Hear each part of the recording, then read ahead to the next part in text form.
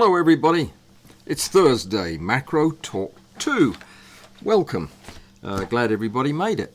I see a couple of points I need to respond to in the chat already.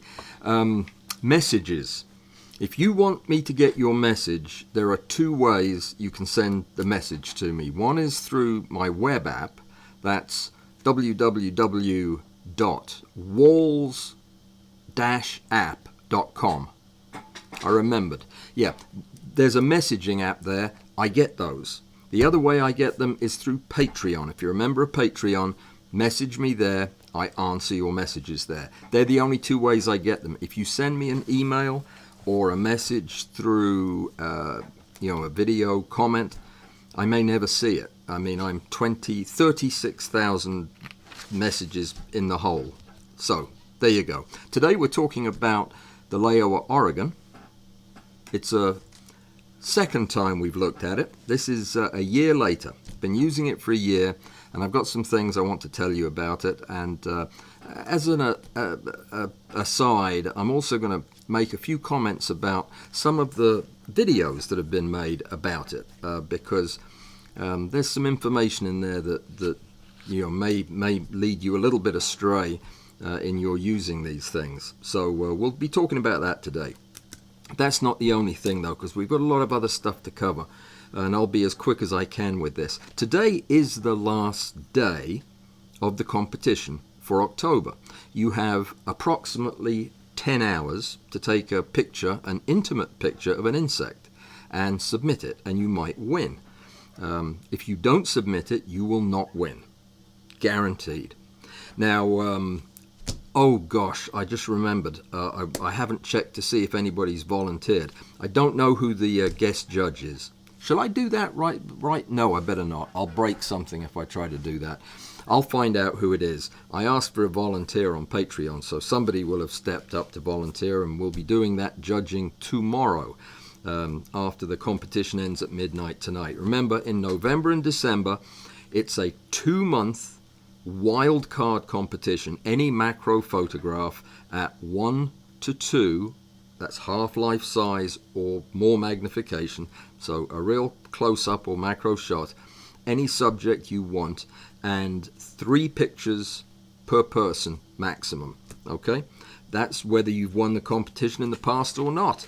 We'll have a guest judge, which will be Lester Lefkowitz, and prizes out the yin-yang, like Lester Lefkowitz's books signed, plus a beautiful, whatchamacallit, color calibrator for your monitors, the whole shooting match, all the parts, a big kit, and that's going to be wonderful. So that'll be a couple of the prizes, and we'll probably have more. This weekend, Saturday, 10 o'clock in the morning, we normally do After Stack. Well, we're still doing After Stack. We're doing it this Saturday at 10 a.m. Normally, Bud joins me. Well, let me correct that. Normally, I join Bud, and we do high-powered post-production talk. This week, seeing as on Tuesday, I was talking all about the various ways that you can get decent pictures out of rubbishy bugs if you have damaged bugs, it occurred to me what a great opportunity to show you the last part of that, which is how to use Photoshop to fix damaged bugs. So that's what I'm going to do on Saturday. I'm just going to show you the way I do it, and you're going to show me the way you do it. So we'll be replacing limbs and moving things around. It's going to really be a mini tutorial on how to use the clone stamp tool with all of its hidden features. This is open to anybody. The invitation is over on where is it? On my website, it's on Discord, all the usual places. You want to come to that. If you ever need to repair a bug after you stack it, this is going to be useful for you. All right, very good. Ideas, suggestions for live streams. I don't know if you've noticed this, but the last 3-4 live streams have all been requests from you. within the last couple of weeks. So all you have to do is make a request in the chat, say what you want me to talk about, and probably within a couple of weeks I will talk about it and give you credit for it. This was Michelle wanted me to talk about the Aurogon today, I believe.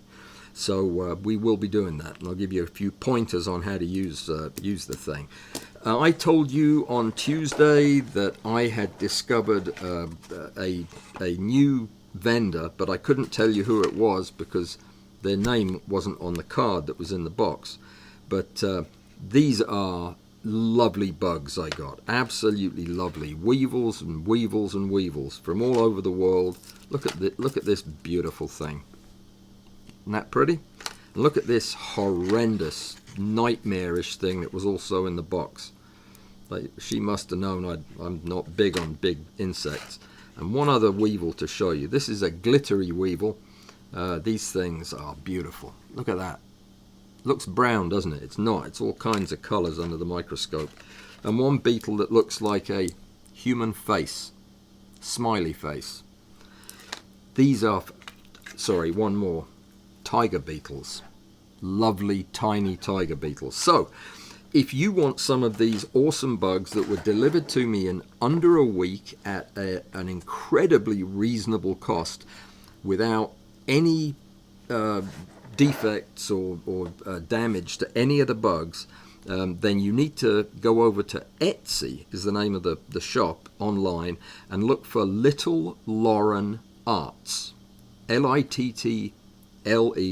Lauren, Lauren, Arts, Arts. I haven't spoken to her. I've never met the person, but I really love what she's doing. Quality business over there. So I recommend you give them a try.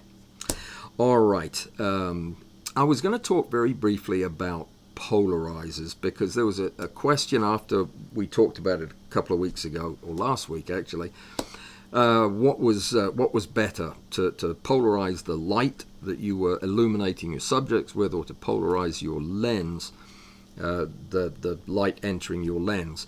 Probably the best way to do it, if you really want to control the shininess of bugs, and I'm photographing right now some frog leg beetles, which are really, really difficult to photograph because of all the reflections. The best way to do it is to cross-polarize it, which means you're going to have to polarize all of your lights plus your lens, and you're going to have all the polarity in the same orientation. And somebody asked me, well, how in the world do you do that? Well, all you do is you take your pieces of polarizing film. This is linear polarizing film. You can buy it in big A4 sheets, and for a relatively little price. They come coated on both sides with plastic, so they're protected. What I do is I cut out pieces big enough to cover my lights. I'm using continuous lights right now. You want to see something really cool? This is just an aside. I have, thanks to Susan Seaford, I have added something to my studio for your benefit. It's called the Brio Cam, and yeah, there it is. That's my rig, and I'm sitting across from it. It's the other side of the room, but this will be wonderful for doing demos and showing stuff. This is how I drive my rig with an Overflex rail and an outrigger platform on linear bearings. Very nice. There's my shiny beetle, and that was just an aside. I wanted you to see that because you'll be seeing a lot more of that view in the future. But your polarizers just simply get taped on to the front of the lights. But how do you know how to orient them? Well, simply if you hold them up in front of your computer screen, and this isn't going to work for you, but it works for me because I'm trying to look through it. When you turn it and you can no longer see through it, the light's polarized, because your screen is also a polarizing light source, your computer screen. So when you have a second polarizer and you rotate it at exactly 90 degrees, then what you get is an orientation for your piece of polarizer. And what I do is I put a little arrow on it, which you can't see. I'll put it on my forehead. That's easier said than done. There it is.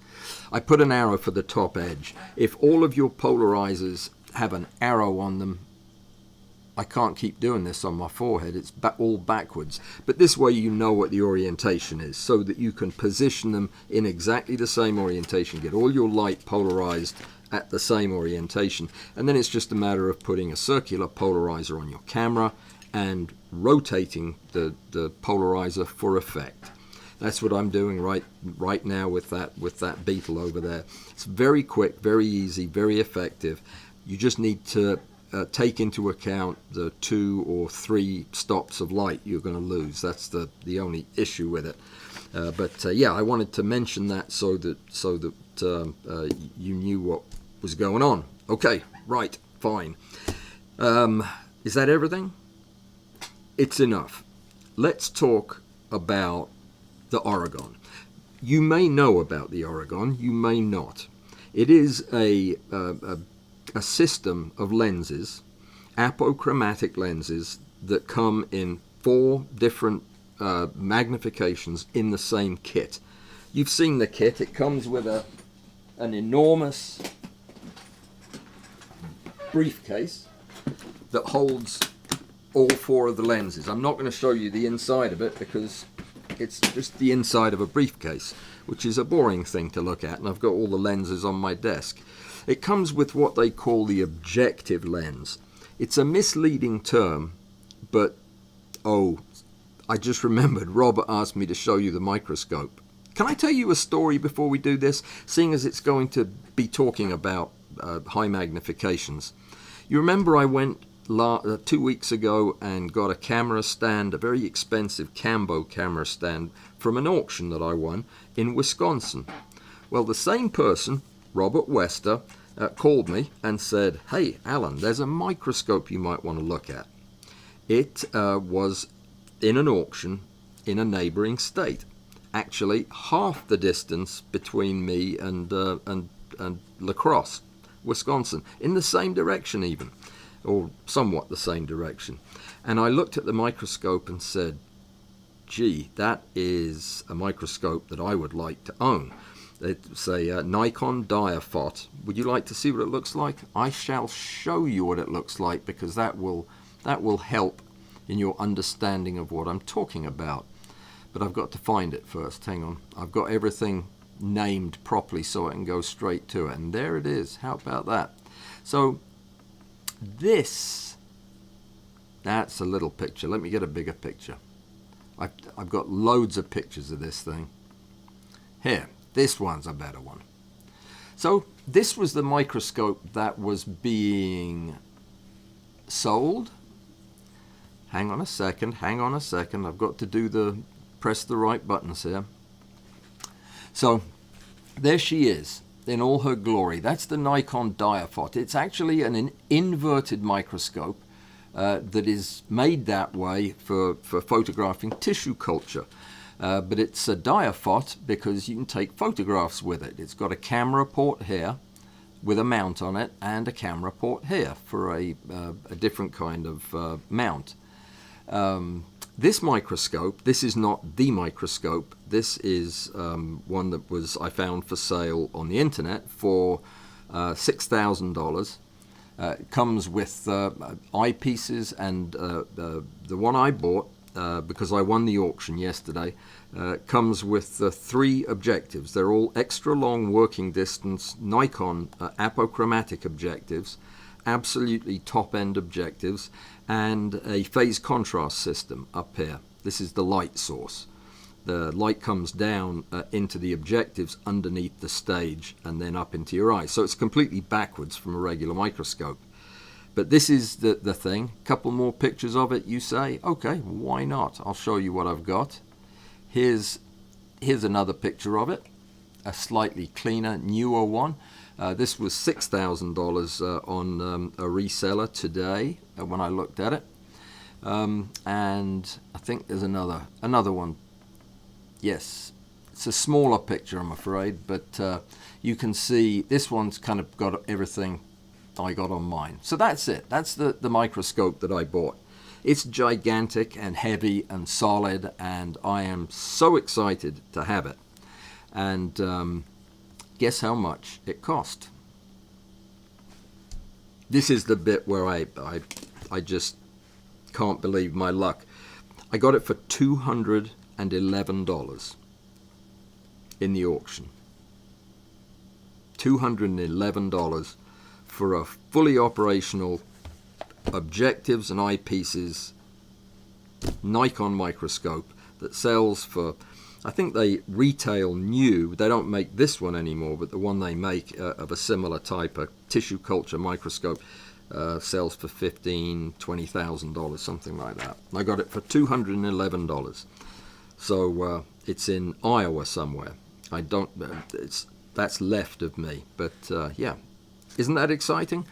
I am absolutely thrilled to bits because I have been waiting and waiting and searching and looking at all of these auctions and finally got lucky. And many thanks to Robert Wester, who has so many times called me and said, hey, Microscope you need to look at, and I've looked at it and I've bid on it and I haven't won, and perseverance and Robert paid off. Thank you, Robert. I appreciate your help. Somebody asked me a question. It was Anita, I believe, a new person in the group who asked a question, and I never actually remember seeing the question, and I do now print off all your comments. So if you leave me a comment that I need to see and I don't get to it during the live stream, I will get to it afterwards, and then I'll address your question in the next live stream. That's the only way I can do it and talk about what I want to talk about. But the and Alistair's just put a link for the bugs in the chat. Thank you, Alistair, and thank you for everything you do. Same with Amy, same with Bud. But the question, Anita had asked something about the correct type of extension tube to use with a Laowa lens. I think it was the 90mm. Could be wrong about that, but it was a question along the same lines. It might have been the 2 to 5x Astri Horo or the Laowa variable magnification lens. Either way, it doesn't matter. I am not a big fan and don't recommend using extension tubes to push the magnification of macro lenses. That is mainly because macro lenses are tuned to be used at their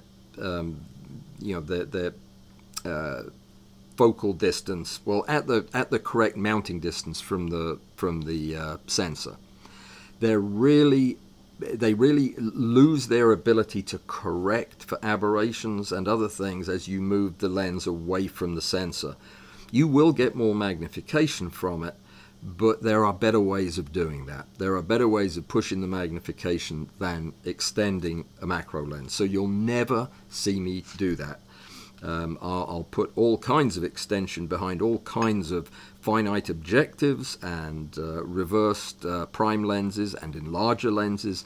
All of those, it doesn't seem to make that much of a difference, but with macro lenses it usually does. So I don't do that very much. So that's the answer to the question. So shall we get back to where I was? Yes, let's do that. This is the objective lens. It's not really an objective lens. This is more a different kind of lens than a true objective, and in order for this to work it needs what they call the tube lens. But as the optics of these things go, this is actually more like the objective right here, and this is more like a tube lens, but we'll not worry about that. They come in mounts for just about now every camera out there. The objective simply screws onto the end of the tube lens, we'll use their terminology for it.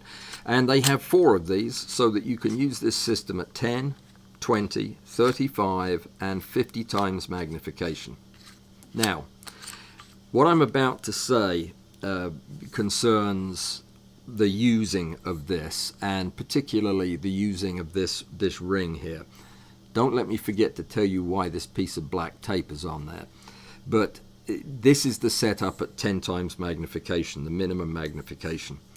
And this is not meant to be critical of anybody. I'm only saying this because if you have watched some of the other videos out there, a couple in particular, you may have got some really unhelpful information about this that would drastically affect the results you get with it. And I want you to know the correct way to use it. This lens is heavy. It's heavy at the front. It's not so heavy at the back. At 50 times magnification, it is extremely heavy at the front compared to the back. This is aluminum and it's just a tube. Now, the system needs to be properly mounted on a sturdy base, preferably with at least 3 mount points. Not for this length, this one will do that fine, but for this you need at least 3, and I think Graham uses 4 or 5, and he's an expert with this, but I designed and 3D printed sets of these supports, and I think they are a minimum requirement. Now, if you bought the supports from Laowa, they're very nice. I used them. Somebody lent them to me, and I really enjoyed using them. They're very nice. They're exactly the same thing that I designed. I sent a set of them to the folks at Laowa, and they used mine until they designed theirs. But the fact is that unless this thing is supported all the way out to the end of the lens, so you don't have a big heavy weight hanging off the end, it is a vibration monster because it's so darn long. All the way across my screen. And if you've got that on a camera and you're trying to support it on a single quick release clamp under the camera, that thing is just unstable as all get out. It's going to make your whole platform shake. You just can't use it like that and expect to get any decent results because you will have so much artifact from motion in there. It's already an artifact producing system because of, well, there are a lot of reasons for it. It's also a diffraction prone system because you have very high levels of diffraction because you have a relative aperture size that is absolutely minuscule. But we'll talk about that when we talk about the aperture ring. There is not a good understanding out there of what the numeric aperture means. And I saw a couple of people recommending that the numeric aperture of 0.50 is pretty wide open. Well, it is wide open for this device, and 0.15, which is the smaller numeric aperture that's available, the smallest, is pretty closed down. I don't know if you can see that. Maybe it would be easier this way. Hang on, let's try. Okay, that's 0.5, that's 0.15. All right, so if you're using this and thinking of this as an aperture ring on your lens, a camera lens or a macro lens, you're using it wrongly, and you are going to get some very strange artifact and aberrations. In fact, if you have your aperture set wider than it needs to be, a higher numeric aperture than you need to have, either to get in more light or to somehow sharpen the images, you're going to get diffraction. You're going to the wider the aperture, you're going to get aberrations from this lens. You're going to get softness and all kinds of geometric weirdness and vignetting. If you shut it all the way down to 0.15 so that you have a tiny aperture so that you can get more depth of field, what you're actually going to get is a teeny tiny hole that is now 1.5 feet away from the camera, and your relative aperture size is going to be somewhere f 100 or something ridiculous like that, and you're going to have terrible diffraction. So what you need to do, in fact, is set this, the numeric aperture, to an appropriate number for the lens setup that you're using. And that is 4 numbers. It's about 0.2 at 10x, 0.28 at 20x, 0.35 at 35x, and 0.48 or thereabouts at 50x. That is actually, in my testing, don't hold me to those numbers because I haven't looked at them in a couple of months, but if you don't get those numbers right, or if you nudge this ring as you're mounting it, you will ruin the pictures. I mean, you have a very limited range that you get sharp images with this system. So you have to use it as if this is set it and forget it for the particular magnification you're using. You cannot just set it on 0.5 and leave it there. You'll have so many aberrations in your photographs when you're shooting at low magnification, the 10x won't work. And vice versa, you can't leave it on 0.15 and expect to even see anything at all at 50x. So use it as it's designed, and my recommendation to Laowa was that they put a click on this so that it would actually register at the settings that you need for the 4 lenses, or maybe even take the NA off it and just put 50x, 35x, 20x and 10x on those spots so that you would set it and put it there. The black tape is so that I wouldn't dislodge it as I set it when I change the magnification, put the black tape on it and leave it. And that is really the way you have to go, and you have to support the thing. Now, how have I got on with this? Now, there is something of a bias here, obviously. I have saved up to buy a couple of very nice microscope objectives from Mitutoyo that I consider to be about the best optics you can get for photography for the money. And they are long working distance, just like this, 20 millimeters working distance with this system at all magnifications, which is fantastic. But these objectives, the 5 and 10 and 20x Mitutoyo M-plan objectives, are superb. They are absolutely wonderful.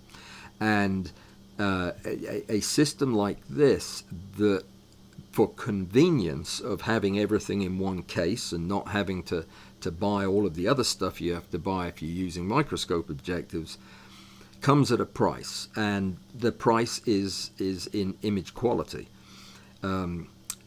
When I need to take a photograph at 20 times and I want it to be as good as I can get, I found myself not reaching for this as often as I would reach for the 20x Mitutoyo. When I wanted to take pictures at higher magnification, which to be honest I don't do a lot, though that might well be changing with the microscope, but when I want to take pictures at 35 or 50, seeing as I don't have objectives in those ranges because I wouldn't use them enough, this is definitely what I reach for. And I am as impressed as I was the first time around with this device at 10 and 20. I think it's pretty darn close to what you're going to get with the Mitutoyo, but not quite. This does have a little color fringing. There is some lateral chromatic aberration that you will see throughout if you look carefully. So it's not quite a high-end microscope objective, but it's also not $3,000 per magnification or higher. In fact, the whole system costs about $1,500 today, and that for 4 magnifications is incredibly reasonable. I have not used it at 50x because I haven't had much cause to, but I did use it in the last month to do test shots for this video, and I'm going to show you some of those. It certainly will allow you to experience taking pictures at 50x. It is as difficult to use as a microscope objective, and it is as unforgiving to use as any other system that you have. You can take perfectly respectable pictures if you can live with the chromatic aberration and the softness, which is a result of mostly of diffraction, but also of the inevitable vibration that you're going to have in the system. But if you can live with those, you can get perfectly serviceable 50x pictures. The 35 times pictures are quite a bit better, and while not on a par with a high-end microscope objective, certainly very usable.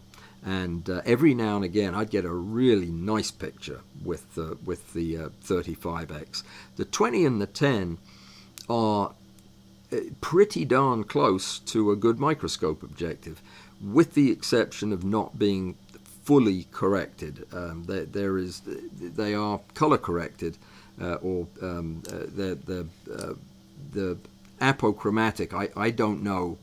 Well, I'm sure they are apochromatic, but there is some fringing that sneaks in, as I mentioned. Let me show you a couple of the pictures, and you can be the judge. We'll start out.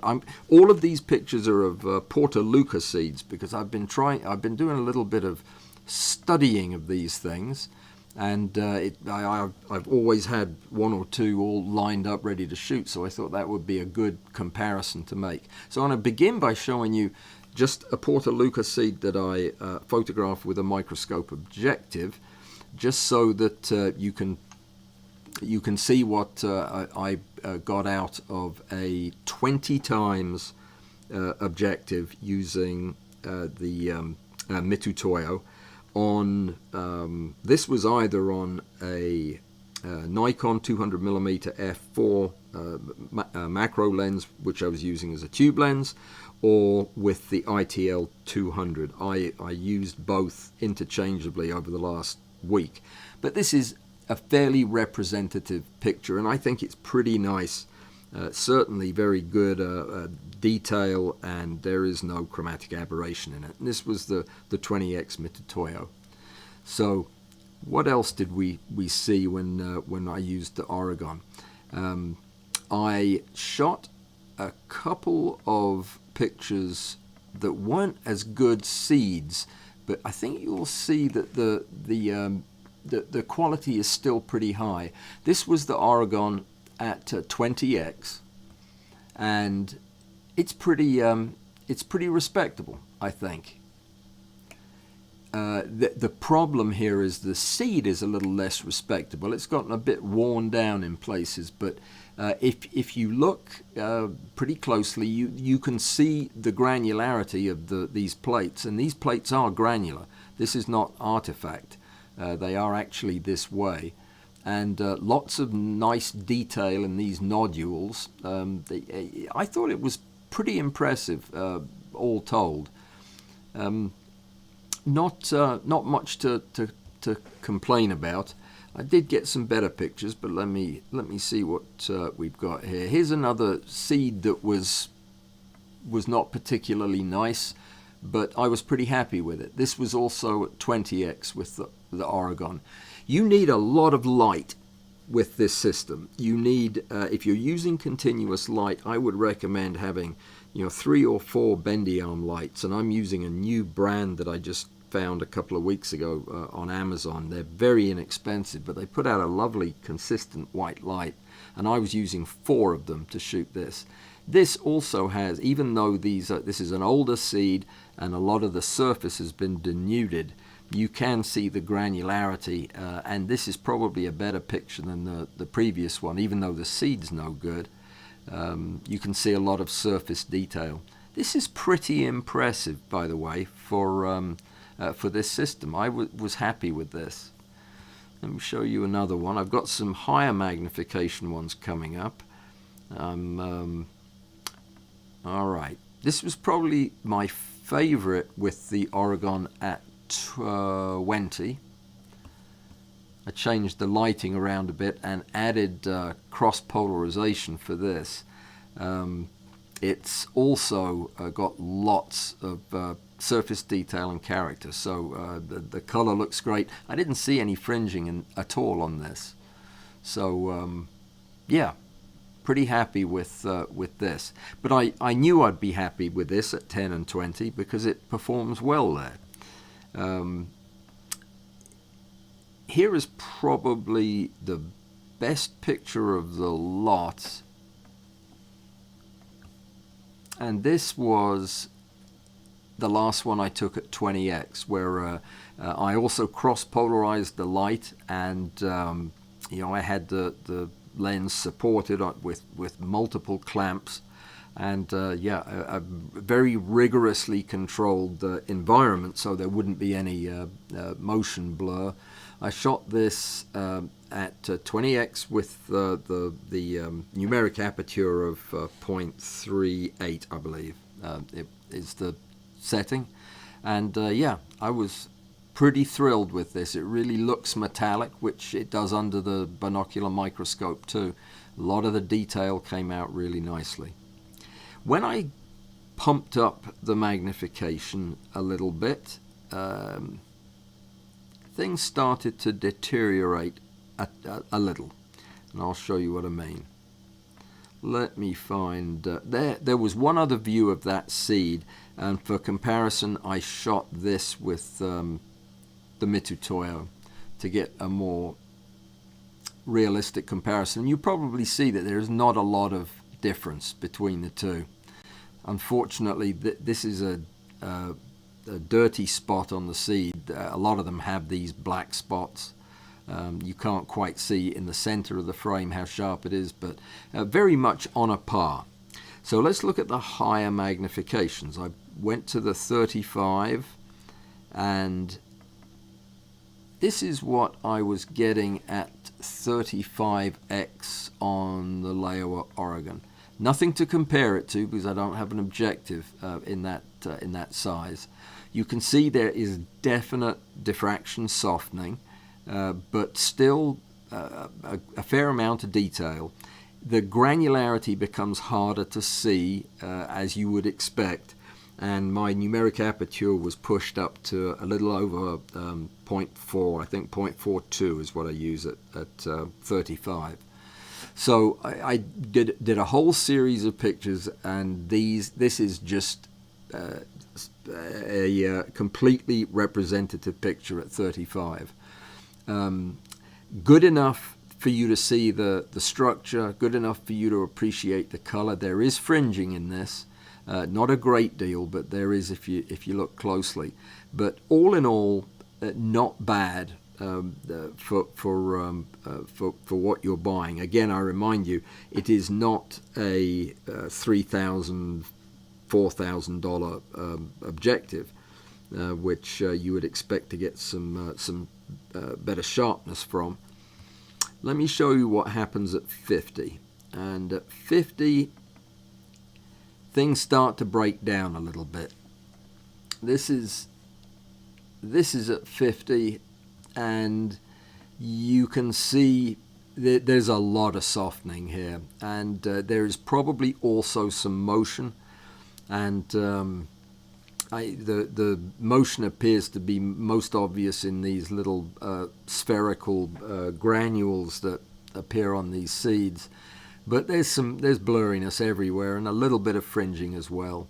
So I'm not completely sold on the high magnification of this system, but fortunately, you know, I don't require it very often. I don't need it. If you were thinking of buying this system so that you could experience high magnification photography without having to sink a fortune into all the other stuff that you would need, then you know you probably would be perfectly happy using it for all the times you'd use it at 50.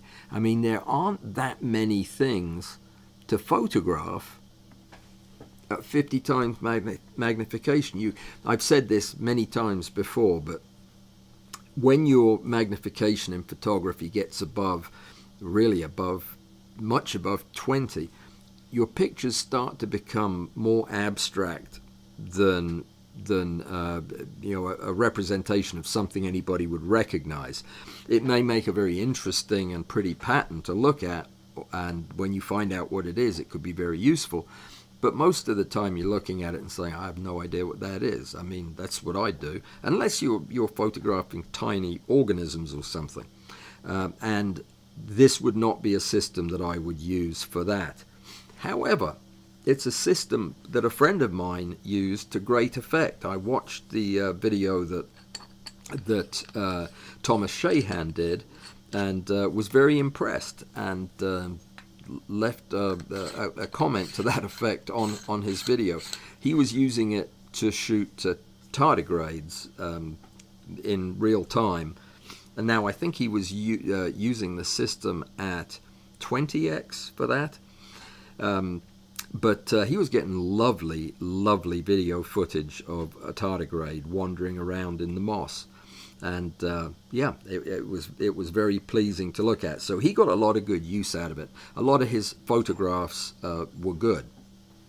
Now, I saw some videos that were showing the lens being used handheld at 50 times magnification, with a camera on the end and pointing this thing at things and taking pictures. I would say, I'm going to actually have to blow my nose. I won't do it loudly. Thanks. I have allergies, and I discovered what it was. Around here they're mowing all this grass. It's harvest time of the year apparently, and it's stirred up stuff in the air, and my goodness, I've been sneezing. Anyway, you didn't need to hear that, did you? So the videos that showed this being used on a camera handheld just made me shiver to think that anybody would take that as being a suggested way you could use this lens. You cannot. The depth of field at 50x is a micron. A micron layer of anything is not going to leave you anything you can see. Even if you somehow lucked out and got perfectly perpendicular to a microchip at 50x, which you couldn't do anyway, it would be impossible if you were holding it. It would just be a blur. So I don't know what was going on with that, but I was thinking, well, that's not what you need to have in your mind if you're going to buy this. This is a system that needs to be used with an extraordinary amount of care and precision. You will get pictures from this system that are on a par with how much effort you put into getting them. If you are bouncing around in the room and the whole stand is jiggling and you don't have a support for the lens and you don't have enough light, you're not going to get good pictures. You wouldn't get good pictures with a microscope objective. The rules are exactly the same, but if you're going to put in the effort to treat this thing seriously as a high power magnifying camera lens, then you can get perfectly respectable pictures. Now, I am pretty careful, and I don't cut corners when I'm taking pictures at high magnification, and I couldn't get 50 times magnification pictures with this system that were much better than that, and that might be perfectly acceptable, but yeah. I don't use it that much, so I can't comment on it. But as far as the more common magnifications, 10, 20, and to a slightly lesser extent the 35, I still think this is a rocking good bargain for the money. If you are an occasional dabbler in high magnification, this makes perfect sense as an alternative. I don't know, but it's been a year. The used market may actually have a couple of these floating around, and if I could pick this up used for $1,000 or $800, then I'd say absolutely. It's the price of a macro lens, and it's 4 macro lenses. So definitely. Or you could find it in an auction and pay 17 cents for it, which is what I would do. But yeah, that's a different story altogether. So I still strongly recommend this as a really cool addition to your lens lineup if you are interested in high magnification stuff, and if you are willing to go to the trouble to print or have somebody else print some mounts for it so that it doesn't vibrate and it does give you a stable platform. If you're going to do that, and if you're willing to put in that effort, I think you'll be happy with this. I probably would give this a slightly more enthusiastic thumbs up than I did the first time around, because I have used it quite a bit, and it's done a really perfectly adequate job. When you compare something like this, you want to compare apples to apples, and there are no other apples. This is the only apple of its kind in the orchard. There is nothing to compare this to. I think it's patently unfair to compare it to Mitutoyo objectives, but it's the closest thing I could come up with. If you were to compare this to, say, a Laowa or Astrahori lens at 5x on enough extension to get it to 20x, then I would be willing to bet my microscope that you'd get better results from this system than you would from that. So it depends what you're comparing it to. The key take-home message, if you buy this and have been experimenting with it and not super happy with your results, then pay attention to the numeric aperture you're using. Make sure that you have enough good quality diffused light, and make sure that your system is absolutely as vibration proofed as you can get it. Almost every video that I saw, and I'm not kidding, had the system resting on a shoebox or on a coffee table, pointed at the subject, and using the shutter on the camera by hand. If you're doing that, you're going to be disappointed in the lens. You really are. Another thing that I saw, I have to mention this, and this was from my friend Michael. These are my friends that I'm talking about, and I'm reluctant to do so. But again, Michael was using a slider, a camera slider, which you use to move a camera to shoot video. But he was using it as a focus rail with a subject on it and sliding it to and from the lens. At 50x, your step length should probably be on the order of half a micron per step, and a camera slider is not going to give you that precision, not by 2 orders of magnitude. You'll be lucky if you can move that thing a millimeter, which is 1,000 microns, so probably 2,000 times less precise than you need.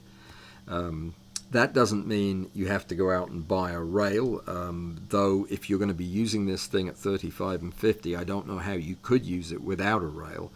In my initial test, was shooting with this at 10x using a manual rail to see if I could do it. And you can, but it's tough and it's boring because you need a lot of photographs at that magnification. At 20x, it wasn't working at all. So I don't think a manual rail is going to do it. I think you need a wee macro or a stack shot. I mean, if you already have a NovaFlex rail, then that's a different matter. You've already got half the battle beaten there. One other thing that I would say, and I did compare my pictures with this to my pictures when I was driving this mounted on a rail as opposed to on an idler platform. The platform I have now is a separate platform that is moved by the rail, but because of the width of the platform, it cannot twist. It doesn't have the torque that makes it, well, it does have the torque, it just doesn't move in response to it. It keeps the camera absolutely still, and because my platform is very heavy, it keeps it very dampened for vibrations. My pictures are much better using that system than they ever were with this mounted on a rail. The problem being, when you have something this long mounted on a single point, a quick release plate, onto a focusing rail, and that focusing rail, no matter what brand it is, it doesn't matter how expensive it was, if it's a single point of contact, when that thing starts to move, it pulls in a clockwise direction as the lead screw turns. It's just what happens when you have a narrow mount point on a revolving screw. It is going to create a lateral force that will point this big thing quite a bit to the side. So much so that with some of my rails, the subject would disappear completely when I started the stack. So I had to account for that. I don't have to anymore. On the idler platform, this stays absolutely dead straight, which is a huge benefit in using this. So if you've been getting dodgy results, especially if you've been getting a final image that's got a lot of streaking on one side, that is suggestive of the fact that maybe you are not pointed straight at the subject, and as you do your stack, you're kind of glancing past it, and that will happen if you just mount straight to a rail. Mounting the Aurogon on a separate platform driven by the rail will get rid of that problem, and should help you a lot. So lighting, setting the numeric aperture correctly, and what's the other one? Yeah, avoiding vibration by using an idler platform would be best, and using a rail. If you're doing it by hand, it's going to be, at 50x, it's just not going to be possible. There is no rail that will allow you to move the subject or the camera half a micron. It just doesn't exist. I mean, that needs precision gear. If you have a focusing block from a microscope, which is much more accurate than the best focus rail, then using that to drive a platform like the one I have would probably be the ideal situation, get you the best pictures. But remember that there are some things that you cannot get beyond at 50x with a numeric aperture of 0.5, and that is going to be, there will be, diffraction will be an issue because of how high your equivalent aperture is, or how high the number is, how low the hole size is. Sorry, the other way around. I do get confused. When you're shooting this thing at 0.5, you are going to have diffraction, and you can expect to see it. So you're never going to get the super sharp images that you would if you were shooting with an impossibly shallow depth of field and a numeric aperture of 1.2 or something on the kind of lenses that Rick uses.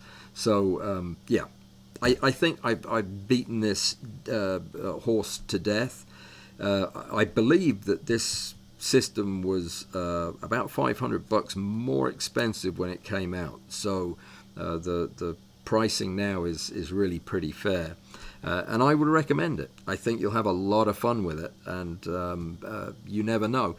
you may use it. You may use it all the time, but certainly, if you have not invested in any microscope gear and you don't have a 5 or a 10 or a 20x, then absolutely, this at 10, 20, and even 35 is going to be fantastic, and for the money, you can't beat it. So there you go. I think I covered it. That's largely the same outcome as before. Just a little bit more enthusiastic, I think, after the last year. And yeah, I really cannot wait to see what Laowa is going to come out with next. I have been so enjoying using the 90mm, their new 90mm on the rig. Do you want to see the rig again one more time on the Brio cam? That's a nice sharp picture, isn't it? This is what I'm talking about here, is a circular polarizer that I use when I'm polarizing my lights. And yeah, and this is the platform that you would mount the Aurogon on, being driven in this case by the NovaFlex rail. And this is a very, very rigid connection. This does not move. It's got a metal plate underneath this, so it's absolutely immobile. This thing, seeing as we're doing interval recommendations, I would highly recommend that you not buy one of these. If you see one of these around, well, if you're buying it as a footstool or a very large paperweight, probably good. But if you're using it to move specimens, it is terrible. It is really, really rubbish. The all three axes have wobbly, twisty knobs on them that have massive amount of backlash in them.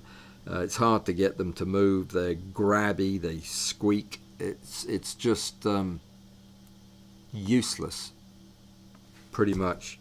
I guess not useless. It does hold my specimen in front of the camera fairly well, and it's flat-ish. So yeah, for the money, I paid $170 for that, and heck, I could almost have bought another microscope for that amount. I'm going to check the comments, seeing as I've run out of interesting things to say. Well, I probably ran out of interesting things to say several months ago, but I've run out of things to talk about. So let me say hi to folks and see what comments there are. I will show you this picture one more time because I love it. Hold your horses. That is such a pretty picture of that seed with the lovely metallic surfaces. Did I tell you that my friend, the sculptor who I've been working with, is actually sculpting one of these? Yep, I think it's going to be like 19 feet tall, made of bronze, and it's going to be pretty impressive, I think. I'll be impressed if he does it. That's going to be beautiful to look at. That might be better than the coffee bean in Chicago.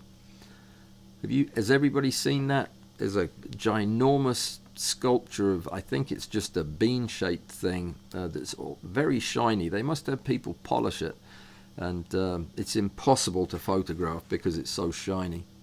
But let me see. Lots and lots of questions or comments. It's always nice to see you guys chit-chatting back and forth. I wonder if Alan remembered it's my birthday tomorrow, what he's doing, and that's why he's... No, okay, Michelle, I did not know it was your birthday tomorrow. I didn't know you had a birthday. Does everybody have a birthday? I guess they do. No, I didn't know it was tomorrow. If I had known, I would have said happy birthday, Michelle, tomorrow, and I would have said we're doing this Aurogon thing for you for your birthday. But now you know it's a lie because I didn't know about that. So I don't want you to see the wires hanging out of my rooftop there. John McVoy from Yorkshire. Welcome. John, have we met before? I don't think so. Andrew's here, which is always wonderful. Callum? Have we met Callum? Possibly we have. I'm terrible with names, otherwise I'd remember. Those bugs look very weevilicious, don't they, though? Don't they? I think if all bugs looked a little bit more like weevils, we'd be happy. Did I get those from Cat's Bugs? No, I did not, John. Cat's Bugs Boutique? Nope, I did not. These are from Little Lauren Arts. Little Lauren Arts. You know, getting good bugs when you order them online is a matter. It comes down to this: the selection is going to be the same. The bugs are going to be, hopefully, they're all going to be fairly decent. It's how they package them, how quickly they get them to you, and how they survive the trip. I have, gosh, the last order I got from Europe, from my recommended shop in Europe, had more useless bugs in it that just were.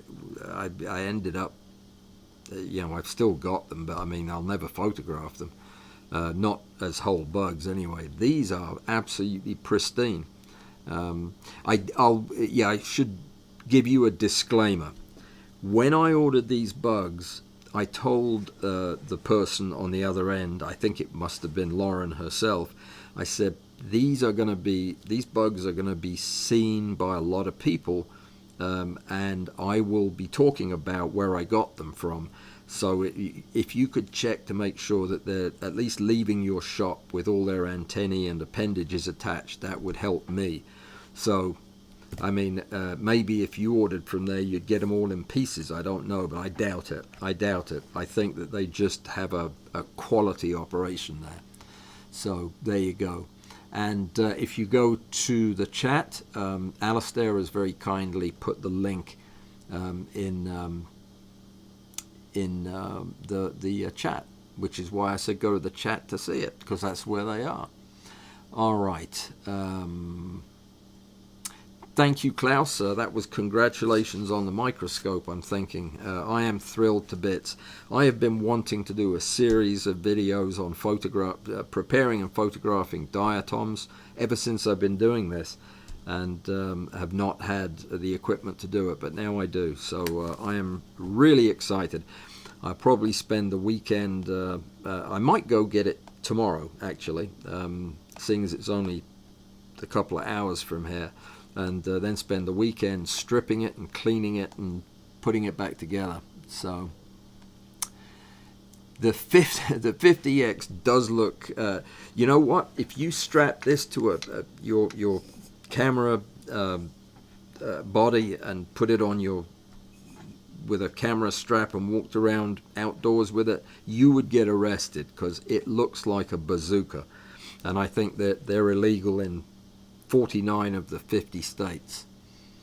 Don't ask me the other one. $211, David Brown said with utter amazement.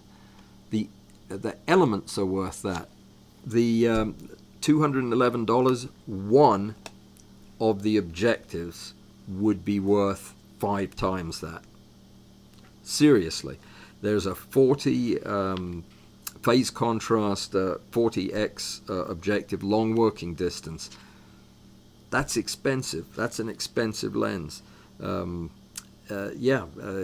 I feel like I've made out like a bandit. If you have I'm tempted to do a video, and my friend Mike suggested that I do a video on this whole process of the auction and bidding on it and winning it, and how you do it and what you do, and it might be an interesting live stream.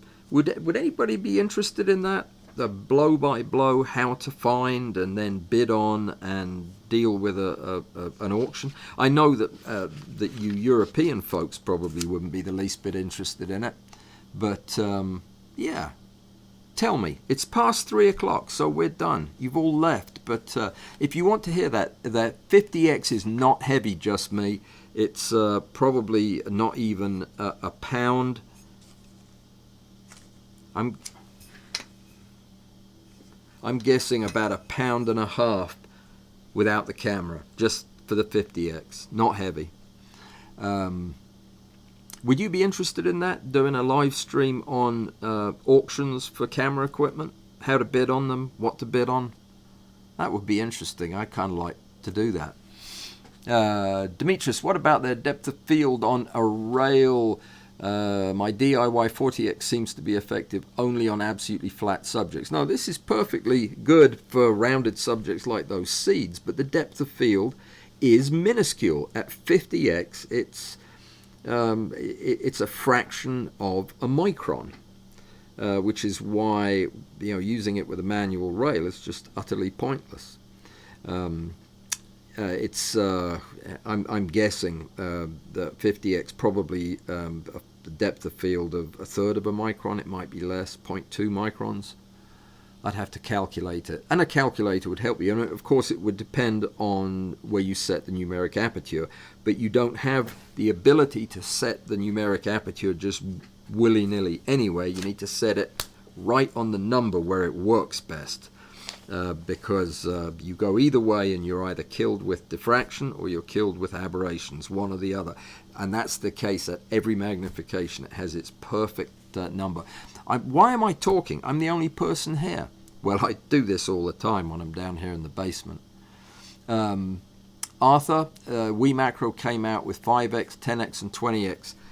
I've seen those objectives. They look like rebranded Mitutoyos. They look like good infinity objectives, but I have not tried them. I need to. If you would like to buy me a set, I'll try them for you. Okay. Oh, good grief. And then the next comment, Jack Kramer says, well, we'd like to see a thorough review of those lenses. All right, here's the deal. If anybody has a WeMacro lens, they want me to review it, send it to me. I will review it and send it back. I can probably do it I can shoot the thing within a week. Yeah, if anybody wants that to go out there. I could actually call WeMacro and see if they'd lend me a set. Good idea. I'll mental note to self. I'll get in touch with them. Or you can get in touch with them. Write to William and say, hey, send Alan some objectives. They'll listen to you. All right. I would like to try them. I'll make a note to myself. Well, look, guys, I got to go because I've got stuff I've got to do. And, yeah, it was great seeing everybody. It really was. Though you do know I can't actually see you. All right. What is David Brown's cat puked twice? Why are you telling us that, David? He's probably gone to clean up the cat puke. All right, guys, I'm going. Who is G. Rods? We haven't met G. Rods. Welcome, sir. Do come, or ma'am, and do come back again. I'm usually a little bit more, or a little bit less disjointed. You guys have a great weekend, and Arthur said he'd be interested in hearing about the auction thing. So I'm going to do that. I'm going to do a live stream on auctions. That'll be fun to do. Okay, guys, thank you so much. Oh, question from G Rods. Have you heard about Shibuya Optics? Great lenses for about half the price of Mitties and just as good. No, I have not. I have never heard of Shibuya Optics, but I guarantee you that by Tuesday I will know about them. I'll Shibuya. Yeah, I'll look them up. I'll look them up right now. And Callum says, I've been using the Z70 200 with 2x teleconverter and Nisi 77 millimeter close-up lens with great results handheld.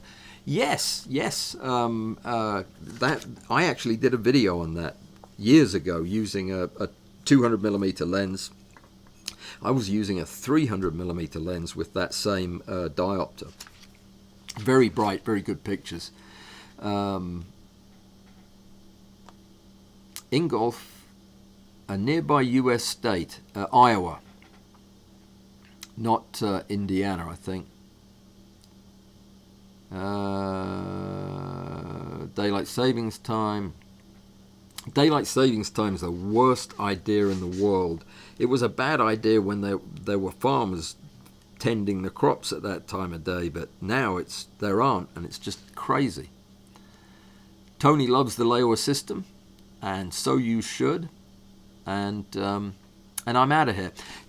Take care, everybody. See you on Saturday after stack. If you want to learn how to put heads and limbs and antennae back on, come 10 o'clock. It's free. It wasn't Indiana. Oh no, I thought you were saying where I was going tomorrow. That's Iowa. Indiana. You know what you're talking about. All right, guys. Take care.